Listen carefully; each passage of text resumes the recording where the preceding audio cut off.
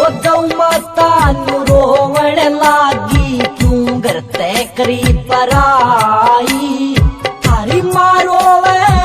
लाचार खड़ी न करता कोई सुनाई गौ माता नु रोवण लागी क्यों घर तय करी पराई मारो लाचार खड़ी न करता कोई